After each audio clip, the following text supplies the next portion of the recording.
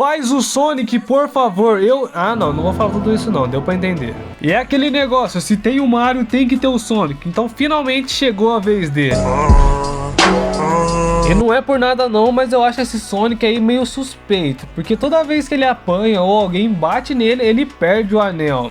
É mentira, eu sou bem macho. E eu até pensei em fazer aquele Sonic do filme, todo realista, cheio de detalhe, que não sei o que. Mas pô, olha esse daqui, muito mais estiloso, muito mais foda. É a verdade, não minto. E ainda tinha a possibilidade também de fazer o Sonic, só que aí já é demais pra mim. Eu não tenho essa habilidade toda pra fazer ele não. E pra fazer esse vídeo eu tava pesquisando e eu vi que o Sonic já tá indo pro 4º filme e eu malemar assisti o primeiro. Esse negócio vai virar pique Velozes e Furiosos, vai ter 307 filmes e nenhum que presta. Uma brincadeira tem hora. Mas aí, se liga só nesse resultado, me diz aí o que você achou dele. Nós é todo fim de semana.